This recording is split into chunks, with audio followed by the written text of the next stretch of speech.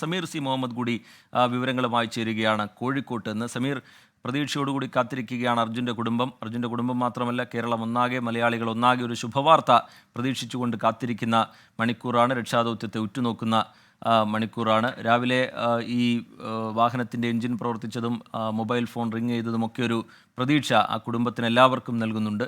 അവർ പ്രതികരിക്കുന്നത് എന്താണ്? ഈ രക്ഷാദൗത്യവുമായി ബന്ധപ്പെട്ട വിവരങ്ങൾ, എന്തെങ്കിലും പുതിയ വിവരങ്ങൾ അവർക്ക് ഈ ഘട്ടത്തിൽ കിട്ടുന്നുണ്ടോ സമീർ?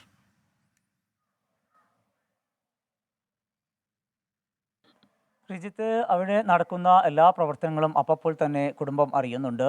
അർജുൻ്റെ സഹോദരനും അതുപോലെ തന്നെ അർജുൻ്റെ ഭാര്യയുടെ സഹോദരനും, ഈ രണ്ടു പേരും ഇപ്പോൾ അവിടെയാണുള്ളത്. ഒപ്പം ഈ വാഹനത്തിന് ഉടമയായിട്ടുള്ള മനാഫും അവിടെയുണ്ട്. ഈ രക്ഷാപ്രവർത്തനം നടത്തുന്ന ഭാഗത്തേക്ക് അവർ എത്തിയിട്ടുണ്ട്.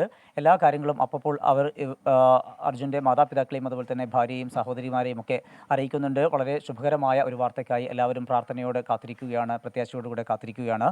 വലിയ നല്ല രീതിയിൽ തന്നെ ഉള്ള ഒരു പ്രവർത്തനങ്ങളാണ് അവിടെ ഇപ്പോൾ നടക്കുന്നത് എന്നാണ് ഏറ്റവും ഒടുവിൽ അവർ അറിയിച്ചിരിക്കുന്നത്. അതുകൊണ്ട് തന്നെ അർജുന് ഒരു കുഴപ്പമില്ലാതെ, ഒരു പ്രശ്നമില്ലാതെ അർജുനെ രക്ഷപ്പെടുത്താൻ കഴിയും എന്നുള്ള ഒരു ശുഭാപ്തി വിശ്വാസത്തിലാണ് എല്ലാവരും ഉള്ളത്. നാവികസേനയുടെയും അതുപോലെ തന്നെ ദുരന്ത നിവാരണ സേനയുടെ ഒക്കെ സാന്നിധ്യമുണ്ട്. വലിയ രീതിയിലുള്ള പ്രവർത്തനങ്ങൾ, രക്ഷാപ്രവർത്തനം പുരോഗമിക്കുന്നുമുണ്ട്.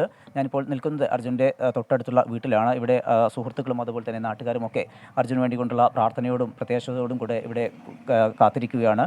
നല്ല രീതിയിലുള്ള ഒരു ദ്രുതഗതിയിൽ തന്നെയുള്ള പ്രവർത്തനങ്ങൾ അവിടെ നടക്കുന്നു എന്നാണ് അറിയുന്നത്. അതെ, അതിൽ ഞങ്ങൾക്ക് സന്തോഷമുണ്ട്. 2 ദിവസം മുന്നേ ഇത് ഇങ്ങനെ ഒരു പ്രവർത്തനം നടക്കുകയാണെങ്കിൽ ഞങ്ങൾക്ക് ഇന്നൊരു റിസൾട്ട് അറിയായിരുന്നു അവൻ്റെ ഒരു കാര്യത്തിൽ. അത് ഇന്നിപ്പോൾ എല്ലാ സർക്കാരുകളും എല്ലാം ഇടപെട്ട സ്ഥിതിക്ക് ഇപ്പം തുടർച്ചയായിട്ട് പ്രവർത്തനങ്ങൾ അവിടെ നടക്കുന്നുണ്ട് എന്നുള്ളത് അറിഞ്ഞാൽ ഞങ്ങൾക്ക് വളരെ സന്തോഷമുണ്ട്. ഞങ്ങളിപ്പോഴും പ്രാർത്ഥിച്ചിരിക്കുന്നത് അവൻ ജീവനോടെ വരട്ടെ എന്നുള്ള ഒരു പ്രാർത്ഥനയാണ് ഞങ്ങൾക്ക് എല്ലാവർക്കും, ഈ നാട്ടുകാർക്ക് എല്ലാവർക്കുമുള്ളത്. അവൻ്റെ ഒരു പെങ്ങൾ, മൂത്ത പെങ്ങൾ, രണ്ടാമത്തെ ആളാണ്, മൂന്നാമത്തെ ഒരു പെങ്ങളുണ്ട്, ഒരു 1.5 വയസ്സുള്ള കുട്ടിയുണ്ട്.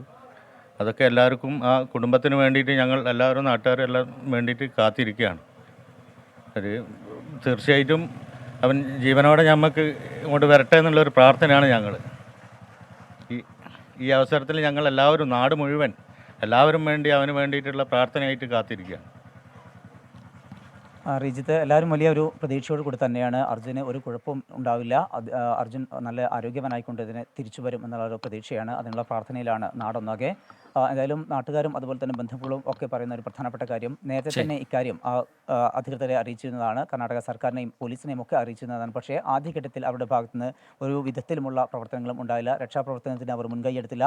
ആ റോഡിലെ ഗതാഗത കുരുക്ക് മാറ്റുന്നതിന്, അതായത് അവിടുത്തെ മണ്ണ് മാറ്റുന്നതിനും ഗതാഗതം പുനഃസ്ഥാപിക്കാനുമുള്ള ആത്മാർത്ഥത അവർ പക്ഷേ രക്ഷാദൗത്യം ആദ്യഘട്ടത്തിൽ ഇഴഞ്ഞാണ് നീങ്ങിയത് എന്നുള്ള പരാതി, അതിന് പിന്നാലെ കർണാടക സർക്കാരിന് മേലുള്ള കേരള സർക്കാരിൻ്റെ സമ്മർദ്ദം, നടപടികൾ വേഗത്തിലാക്കണം, രക്ഷാദൗത്യം വേഗത്തിലാക്കണമെന്ന തരത്തിലുള്ള ഇടപെടലുകൾ, അതിനൊക്കെ പിന്നാലെ രക്ഷാദൗത്യത്തിന് അല്പം കൂടി വേഗത കൈവന്നിട്ടുണ്ട് എന്നുള്ളതാണ് ഈ മണിക്കൂറിലെ ശ്രദ്ധേയമായ ഒരു വിവരം. അപ്പോഴും പ്രതിസന്ധിയായി നിൽക്കുന്നത് പ്രതികൂലമായ കാലാവസ്ഥയാണ്. ഇപ്പോഴും ആ മേഖലയിൽ കനത്ത മഴ ഇടവിട്ട് പെയ്യുന്ന സാഹചര്യമുണ്ട്. സജോ ദേവസിയും സമീർ സി മുഹമ്മദും വിവരങ്ങൾ നൽകുകയായിരുന്നു.